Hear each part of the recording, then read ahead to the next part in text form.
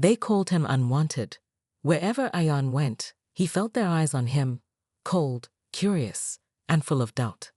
He walked along the muddy path into the great oak training camp, his small blade sheathed at his waist, hidden beneath his simple tunic. Rain dripped from his hair, but he did not mind. He had grown used to wet clothes. Ayan was 13. He came from the far-off village of Maple Hollow, a place of soft hills and quiet streams. His skin was tanned by the sun. His hands were calloused from daily chores. He carried no fine sword, no polished armor, just the old blade his father had left him. It was small, its metal dulled by time, its handle wrapped in frayed cloth. Yet every morning he cleaned it. Every night he whispered a promise to it. "One day, you will speak for me." As he entered the camp yard, a hush fell over the students practicing with wooden swords. They froze mid-swing, then stared. Ayan's heart beat faster. He kept his gaze forward, head bowed, boots sinking in slick earth. The camp master, Master Rohan, watched from under a broad straw hat. His pupils stood straight, ready to greet the new arrival, but Ayan felt no welcome. "Who is this boy?" a tall youth muttered, loud enough for others to hear. He grinned, showing a gap in his teeth. "He looks lost." Ayan flinched. He said nothing. A wiry boy stepped forward. "Is he the new trainee? He smells like the farm." Laughter rippled through the circle. Another boy kicked at Ayan's boot, sending a spray of mud onto his leg. Ayan waited. He did not raise his hand or voice. He only reached inside his tunic and touched the leather scabbard. The blade was cold against his palm. He closed his eyes for a moment and let the noise fade. Farmers in Maple Hollow woke at dawn to milk goats and feed chickens. They had no time for mockery. But this place spoke only of skill, speed, and power. Master Rohan called out, "Silence." His voice was soft, but carried like thunder. The students snapped to attention. Even the tall boy stilled, lips pressed tight. Ayan looked up. Rain slid down Master Rohan's hat brim, making tiny rivers. The master's eyes were kind, but tired. He studied Ayan with a careful gaze. "This is Ayan of Maple Hollow," Master Rohan announced. "He will train with you. Treat him with respect." Respect. The word sounded strange in Ayan's ears. He bowed his head and said, "Yes, master." The group split. Ayan followed the wiry boy, whose name was Sharon. Sharon showed him a wooden practice sword and a small circle of earth marked by stones. "Try not to embarrass yourself," Sharon whispered. Ayan nodded and gripped the wood hilt. His fingers were small, but steady. He shifted his stance. He remembered his father's words. "Be calm. Find the beat of your blade." He lifted the sword above his head. Sharon lunged. Ayan moved, parrying the blow. His muscles had learned this dance under the moonlight in Maple Hollow. He stepped forward, spun, and tapped Sharon's shoulder lightly. Though the strike was gentle, Sharon stumbled back, surprised. A cheer rose from the circle. Ayan opened his mouth to speak, perhaps to apologize. But the words stuck. Sharon glared, then shoved Ayan. "Beginner's luck," he spat. Ayan held his ground. He looked at Sharon's face, red, angry, but also curious. Sharon had never seen someone so small fight with such control. The next hours passed in blur. The rain stopped. Students took turns showing their moves. Ayan watched quietly, learning each stance. When it was his turn again, he slipped the small blade from his scabbard, careful to keep it hidden from Master Rohan's sight. He struck a wooden post barehanded, an old trick taught by his father. The blade bit into wood, splitting a thick plank in two with a keen ring. Gasps filled the yard. Even Master Rohan saw the broken plank. The master's eyes widened. Silence fell so heavy that birds stopped singing in the trees. "Where did you learn that?" Master Rohan asked. Ayan felt his cheeks burn, but he said nothing. He resheathed the blade, knotting his fingers around the scabbard. "Answer me," Sharon called. Other students echoed. They pointed and whispered, "Blade, blade." Ayan straightened under their gaze. He bowed his head. One truth lay heavy on his tongue. He could not share the memory of his father's teaching. Not yet. Master Rohan stepped closer. Show me your hands. Aeon held out his right hand. The master inspected the scars, thin lines from years of wood-cutting practice. With one finger, he traced the mark on Aeon's palm. He studied Aeon's eyes, steady and honest. Aeon, Master Rohan said softly, you carry more than a blade, you carry a story. The students leaned in, curiosity replacing mockery. For the first time, Aeon felt something new, possibility. He tucked the small blade back into its sheath, but its promise glowed in his chest. As the sun dipped below the horizon, students left the yard. Sharon lingered, then approached Aeon. You're good, he mumbled. Don't get cocky. Aeon managed a small smile. Thank you. He walked past the silent wooden posts and muddy ground. Somewhere in the camp, a bird began to sing. Aeon paused. He looked at the blade under his tunic and whispered, one day, they will know my story. Tonight, he had no place among them. But as he lay on a thin mattress in the shared cabin, Aeon did not feel alone. The blade's whisper seemed louder in the dark. His time was coming. And when it came, he would stand tall and let his blade speak for him. 2 seconds. The next morning, the sun rose behind gray clouds. The training yard was wet, but the students were already awake, stretching, yawning, and laughing. Aeon stood in the corner, tying the cloth around his blade. His eyes were calm, but his heart was heavy. Yesterday, they saw his skill, but instead of respect, he had received more whispers. Some students looked at him with curiosity. Others looked with jealousy. Who teaches sword tricks in a village? One boy asked loudly. I bet he faked it, another said. He got lucky. He thinks he's special, said Sharon, his voice sharp. But he's just a farmer with a knife. Aeon said nothing. He was used to silence. It was his shield. But still the laughter stung. Later that day, Master Rohan gave everyone tasks. The older students practiced sword forms. Aeon was told to clean the training weapons. He didn't complain. He took a cloth and walked to the storage shed. Inside, the air smelled like wood, oil, and sweat. Swords, shields, and staffs were stacked neatly. Aeon sat on the ground and began to clean each blade slowly. His hands moved with care, as if each weapon had a soul. Outside, the others laughed, trained, and sparred. But inside the shed, it was quiet, peaceful. Suddenly, a shadow moved at the window. Someone was watching. A small boy, no older than 10, peeked through the wooden bars. His name was Rami.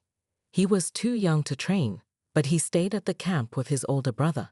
Rami's eyes were full of questions. He whispered, I saw what you did yesterday. The way you cut the wood. It was like magic. Aeon smiled softly. It wasn't magic, he said. It was practice. Can you show me? Rami asked, wide-eyed. Aeon looked around. Not here, he said quietly. Come after dark. That night, when the camp fell silent and the stars came out, Aeon slipped out of the cabin. He moved through the trees until he reached a clearing behind the camp. The moonlight was silver on the grass. Rami was already waiting, eyes shining. Watch closely, Aeon said. He pulled out his father's blade. It looked old, but in the moonlight, it glowed faintly. Aeon closed his eyes. He breathed in, then out. Slowly, he began to move. His feet danced softly over the grass. His arms flowed like water. The blade sliced through the air, smooth and silent. He spun, ducked, and struck, not with power, but with grace. Rami watched with his mouth open. It was like watching a story come alive. The wind seemed to follow Aeon's movements. Every strike had rhythm. Every step had purpose. When Aeon stopped, the forest was quiet. Even the crickets had paused. Who taught you this? Rami whispered. My father, Aeon said, before he died. Why don't you show everyone? They won't understand. Not yet. Rami nodded slowly. I think they will. One day. A rustle came from the bushes. Aeon turned sharply, blade ready. But it wasn't danger. It was Sharon. He had followed them. For a moment, no one spoke. Then Sharon laughed. So this is what you do at night. Play hero for little kids. Aeon didn't answer. He lowered the blade. You think you're better than us? Sharon stepped forward. You hide in the dark and pretend to be special, but you're just scared. Rami stepped between them. He's not scared. Sharon glared at the boy. Go to sleep, kid. Aeon placed a hand on Rami's shoulder. It's okay. Sharon looked at Aeon one more time, his eyes burning. Then he turned and disappeared into the trees. Rami looked up. He's angry. Yes, Aeon said softly, but not just at me. That night, Aeon sat under a tree and looked at the stars. His father used to say, people fear what they don't understand. He wasn't afraid of Sharon. He wasn't afraid of being different. But he knew now. Others were watching. Some wanted him to fail. Others were curious. And some might become friends. As he closed his eyes to rest, one thought stayed in his mind. One day, the truth would come out. Not with words, but with the blade. The sun was hot that morning. The sky was clear, but the air felt heavy. Something was different. Something was coming. The camp bell rang loudly. All the boys came out of their cabins, yawning and stretching. But today, there was no morning run, no warm-up training. Master Ralph stood in the center of the yard with his arms crossed. His voice was deep and clear. Today, he said, we test your skills. No games, no practice, just the blade. The students looked at each other in surprise. Aeon stood at the back, quiet as always. His hands were behind his back. His father's blade was hidden, as always. This is the first round. Master Ralph continued. You will each take one strike at the wooden post. Show your strength, your control, your speed. The wooden post stood tall in the center. Thick, strong, solid. One by one, the students stepped forward with their training swords. The first boy shouted loudly and struck the post. The wood shook. Others clapped. The next boy tried to cut it with speed. The blade bounced back. Another boy hit hard, but lost his balance and fell. Each student tried something different. Some used strength. Some used style. Some tried to impress. Some failed. Then Master Ralph's eyes turned to the back. Aeon, he said. Come forward. The yard became quiet. Aeon walked slowly. He didn't look at the other boys. Some were whispering. Others were smiling, waiting to see him fail. Use the training sword, Master Ralph said. Aeon looked at the dull wooden blade in front of him. He picked it up, held it for a moment, then shook his head. With respect, sir, Aeon said quietly, may I use my own blade? Gasps went through the group. Master Ralph raised an eyebrow. Your own blade? Aeon nodded. It was my father's. The teacher paused. Then, slowly, he gave a small nod. Very well. Aeon reached inside his bag and pulled out the blade. It was not shiny or beautiful. It was plain, simple, but it had weight. It had meaning. He walked to the post. He stood still. Everyone waited. No shouting, no drama, no loud breath. Just one step. One swing. Shek. The blade moved so fast, it was hard to see. For a moment, it looked like nothing had happened. Then, crack. The top half of the post fell off keenly.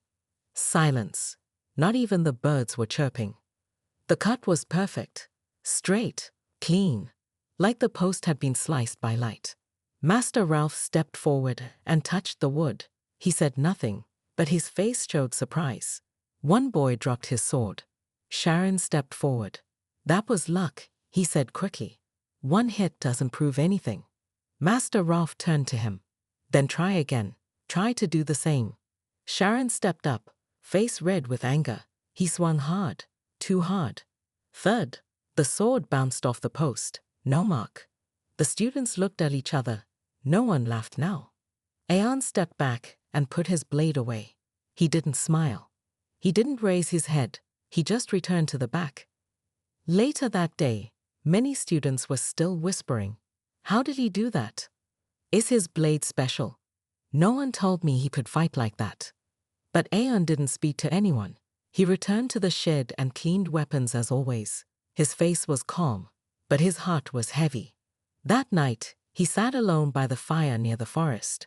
Rami came and sat next to him. Why didn't you smile? Rami asked. You beat them all. Ayan looked into the flames. Winning is not enough, he said. They still don't see me. They only saw the blade. Rami was quiet. Then he said, but I saw you. Ayan looked at him. I saw how you moved. I saw how calm you were. They don't understand yet, but they will. Ayan nodded slowly. Maybe. Behind the trees, someone else was watching. A tall man in dark clothes. His face was hidden, but his eyes followed Ayan closely. He whispered to himself, so, the boy has the blade. Then he turned and walked into the shadows. Something dangerous was coming. Ayan didn't know it yet, but the real test was not cutting wood. The real test was coming with fire, blood, and truth. The moon was high. The camp was asleep, but Ayan could not rest. He sat outside, near the old tree, sharpening the blade. The metal made a soft sound against the stone. His hands moved slowly, carefully. This blade was not just a weapon. It was memory. It was pain. It was love. His father's voice echoed in his mind. Ayan, a sword must be sharp, but the hand must be calm. He closed his eyes. His heart ached. The past lives on. Ayan was only 5 when his father died. His father, Rehan, had been a protector of their village, a brave swordsman, a quiet man. One night, bandits came. They wanted to take the land. The villagers were scared, but Rehan stood alone. With nothing but this blade, he fought them. He saved the village, but he did not survive. Ayan saw it all. He watched his father fall. He watched his mother cry. And he promised himself, one day, I will hold that blade. I will protect others like he did. But the village had no trainers, no masters. So Ayan learned by himself. Every night, every morning. He watched birds fly. He watched animals move. And he copied them.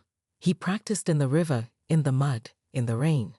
The blade was too big for his hand, but he never let it go. Whispers in the camp.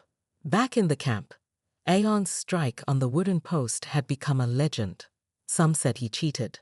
Some said the blade was magic. Others stayed silent. But their eyes told the truth. They were scared of him now. Master Ralph didn't speak to him directly, but he watched him closely during training. One day, while others were doing sword drills, the teacher called Ayan aside. Who taught you? He asked. Ayan replied, my father. In our village. Ralph nodded slowly. That cut on the post. It was no accident. Ayan said nothing. Ralph looked at the blade. That sword is not from any army I know. Where did he get it? Ayan didn't know. His father never told him. A stranger in the shadows. That evening, a stranger came to the camp. He wore a black coat, and a long scar ran across his cheek. He said he was an old friend of Master Ralph. His name was Kalan. But Ayan felt something strange. The man's eyes followed him everywhere. His voice was calm, but cold. At dinner, Kalan sat beside Master Ralph. I heard of a boy, he said, quiet, skilled, with an old sword. Ralph nodded. Yes, his name is Ayan. Kalan smiled, but it was not a warm smile. Where did he find that blade? I don't know, Ralph replied, but he has control. He is focused, or he is hiding something, Kalan said. Ralph looked at him carefully. He's just a boy. Kalan looked across the room. Ayan was sitting alone, sharpening the blade again. No, Kalan whispered. He is his son. The blade speaks. That night, Ayan had a dream. He saw his father, standing in a field smiling. The sun was bright. Birds were flying. Rehan held the blade and said, this sword does not give power. It shows truth. It speaks when words fail. Ayan woke up in sweat. Outside, the wind was strong. Clouds were moving fast. The trees shook. He felt something. A pull. A warning. He took the blade and stepped outside. Behind the trees, he saw him. Kalan. You can't sleep either, Ayan asked. Kalan turned slowly. You remind me of someone. My father? Yes. Rehan was strong. Too strong. Ayan's grip tightened. You knew him? He asked. I did, Callan said. Long ago. We were friends, then enemies. Why? Callan's voice turned cold. Because he chose to protect. I chose to take. He stopped me. And paid the price. Ayan stepped back. You killed him, he whispered. Callan smiled. He thought that blade could save him. It didn't. Ayan lifted the sword. It didn't save him, he said. But it trained me. Callan laughed. You think you're ready? I don't need to think, Ayan said. I know. End of the part. A warning. Before Callan could say more, Master Ralph appeared behind them. Callan, he said firmly. You're not welcome here. Callan looked at Ayan one last time. He's not ready. Then he walked into the forest and vanished in the dark. Master Ralph turned to Ayan. Is it true? Yes, Ayan said. He killed my father. Ralph nodded slowly. Then you must train harder, because he will return. And next time, he won't come to talk. Ayan looked at the blade. His hands were steady.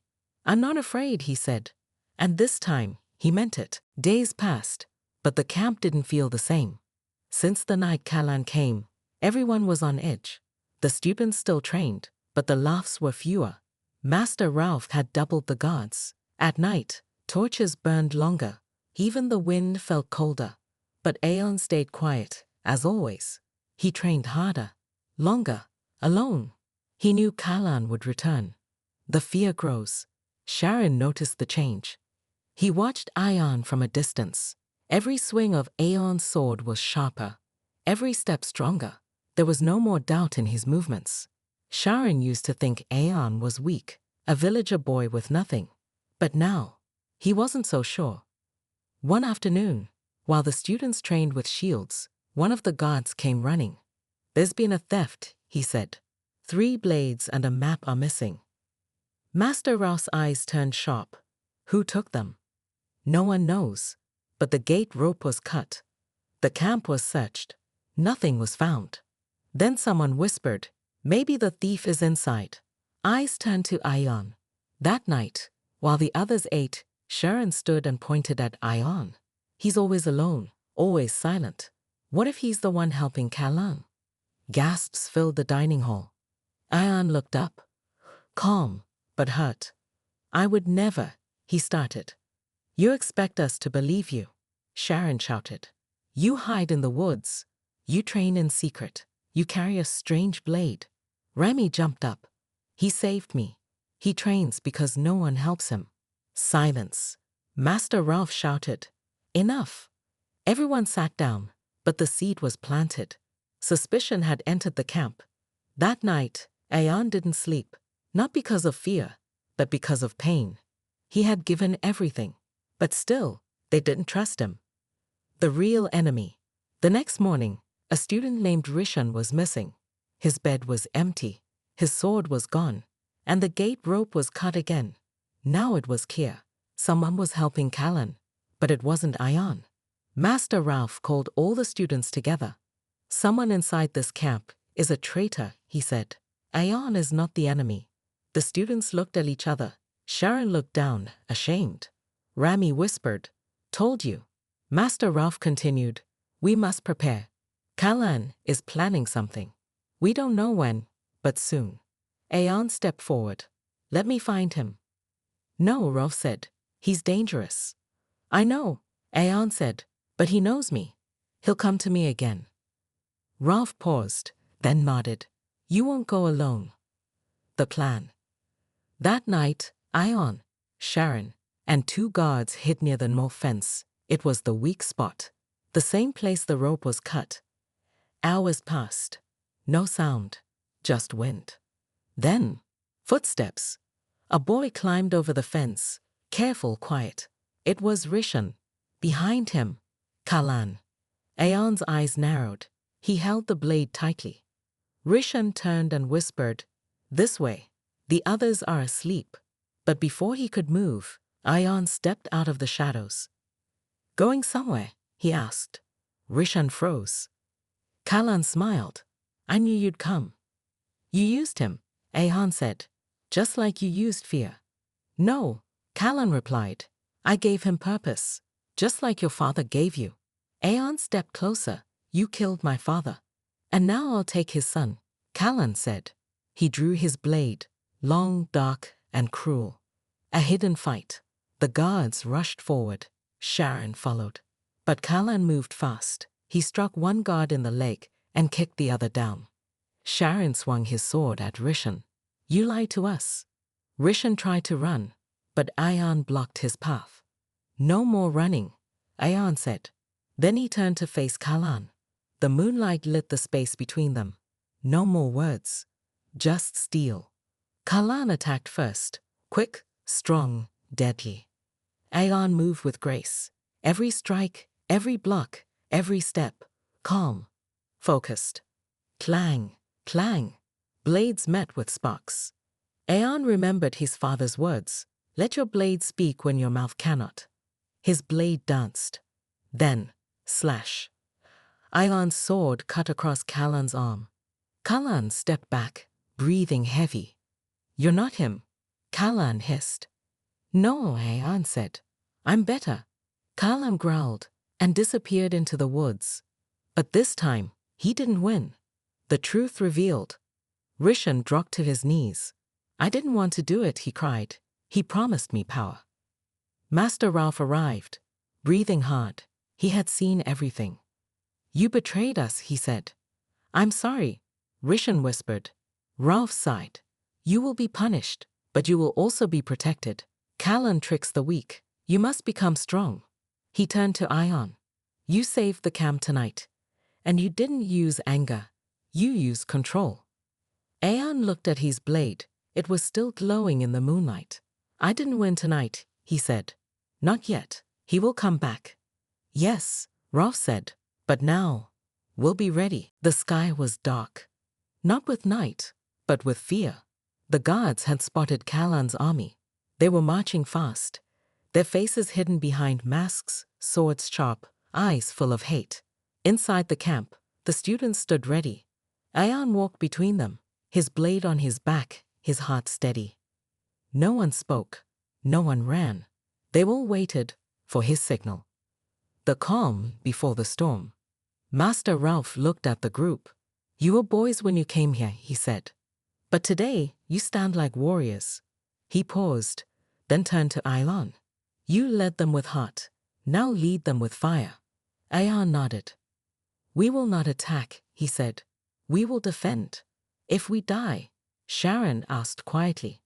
Aeon looked him in the eyes. Then we die with purpose. Silence. Then, one by one, they raised their swords. For honor. For each other. For truth. The battle begins. The first arrows came before the sunrise. Aeon shouted, shields up. The students blocked in perfect line. Callan's men rushed forward. Steel met steel. Cries filled the air. But the students fought together, strong, focused. No one broke the line. Aeon moved through the battle like wind. Fast, sharp, calm. He didn't fight with rage. He fought with love, for his father, for his friends, for all who had no one else. Sharon protected the left side. Raimi guarded the gate. Even little Zinri used his small blade to hold back a soldier twice his size. They were not the same boys anymore. They were a force. Face to face with Callan, in the middle of the chaos, Aeon saw him. Callan, standing tall, dark eyes, same cruel smile. You again, Callan shouted. I've been waiting, Aeon replied. The world around them faded. It was just the two of them now. Callan struck first, strong, wild, angry. Aeon blocked. Calm, sharp. Callan laughed. You fight like him. No, Aeon said. I fight better. Clang, clash, spark. Each strike was heavier, each move faster. But Aeon was not fighting for revenge. He was fighting for peace. That gave him strength. The breaking point. Callan kicked Aeon back. He raised his blade to finish it. You will fall like your father, he growled. Aeon rolled, stood, and whispered, I am not my father. Then he struck. 1, 2, 3 perfect moves. His blade cut through the air with light. Kalan dropped to his knees. His sword fell. Aeon stood over him. Kalan looked up, afraid for the first time. "Finish it," he hissed. But Aeon lowered his sword. "No," he said. "That's what you would do. I am not you." Kalan's eyes filled with shame. "You win," he said. "No," Aeon replied. "We all win. The war ends." The rest of Kalan's men saw him fall, their leader defeated, their will broken. They dropped their weapons. Some ran. Some cried. The battle was over. Cheers filled the camp. Tears too. Master Ralph hugged Aeon. "You did what I could not," he said. "You trained me," Aeon replied. "But you found your fire," Ralph said. "That was yours alone." A new dawn days passed. The camp healed. The wounds faded. The fears calmed. Peace returned. But something had changed forever. Aeon was no longer a student. He was now a legend. He stood near the old tree, where he used to sit alone. Now, children sat around him, listening to his story. He showed them the blade. "This saved no one," he said. "It's not the steel. It's the soul behind it." The children listened with wide eyes. One asked, "Were you scared?" "Yes," Aeon said. "But courage is not the absence of fear. It's standing tall even when afraid." The boy with no place now had one. Aeon looked at the camp, at the people who once doubted him, feared him, hated him. Now they loved him, because he had given them hope. He touched the blade one last time, then placed it on a wooden stand near his father's old letter. Not because he was done fighting, but because he had finally found peace.